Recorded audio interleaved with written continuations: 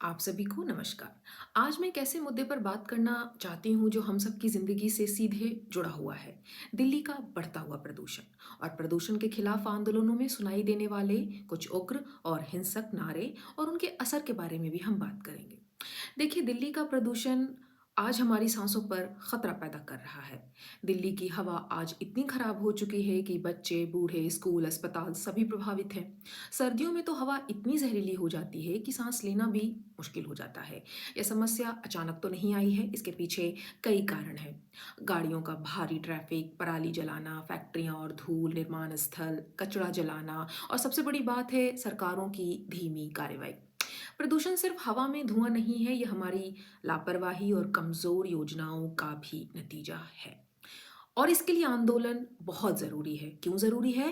क्योंकि जब सरकारें समय पर अपना काम नहीं करती, तो जनता को आवाज़ तो उठानी ही पड़ती है। आंदोलन अक्सर इसलिए होते हैं ताकि नेताओं का ध्यान मुद्दे पर जाए, नीतियाँ बने, ताकि जनता भी जागरूक हो।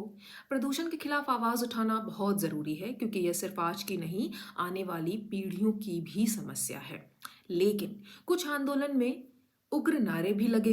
दिल्ली के प्रदूषण के खिलाफ जो लोग लड़ रहे थे, आंदोलन कर रहे थे, उसमें उग्र नारे भी लगते दिखाई दिए, जो हिंसक और उकसाने वाले थे।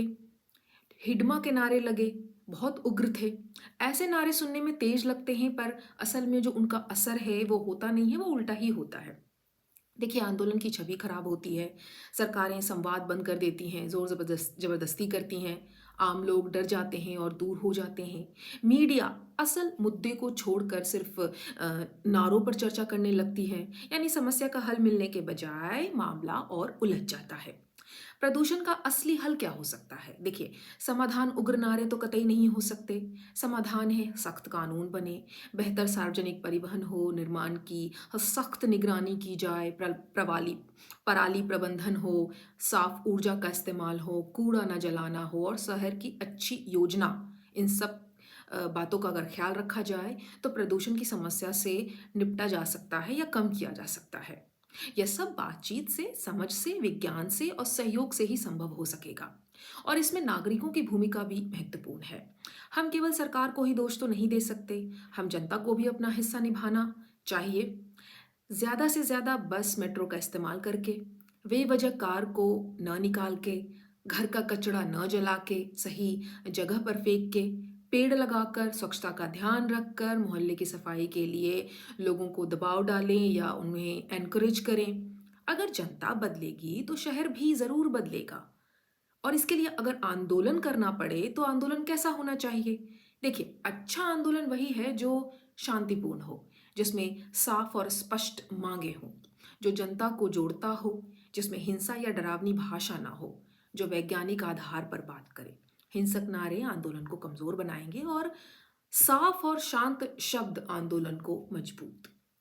तो निष्कर्ष यही है, मैं अंत में यही कहना चाहूंगी कि स्वच्छ हवा और स्वच्छ भाषा ही जो है वो हमारे आंदोलन को सही दिशा दे सकती है। दिल्ली की हवा साफ करनी है तो दिलों को और दिमाग की भाषा को भी साफ करना पड़ेगा। हम आक्रोश में जरूर बोलें, लेकिन नफरत या हिंसा के साथ नहीं। हमारा लक्ष्य है स्वच्छ हवा, सुरक्षित समाज समाज और जिम्मेदार आंदोलन। तो आइए हम सब मिलकर प्रयास करें प्रदूषण कम करने के लिए और आंदोलन को सकारात्मक दिशा देने के लिए। हमारी सांसें भी सुरक्षित रहें और हमारा लोकतंत्र भी। बहुत बहुत शुक्रिया।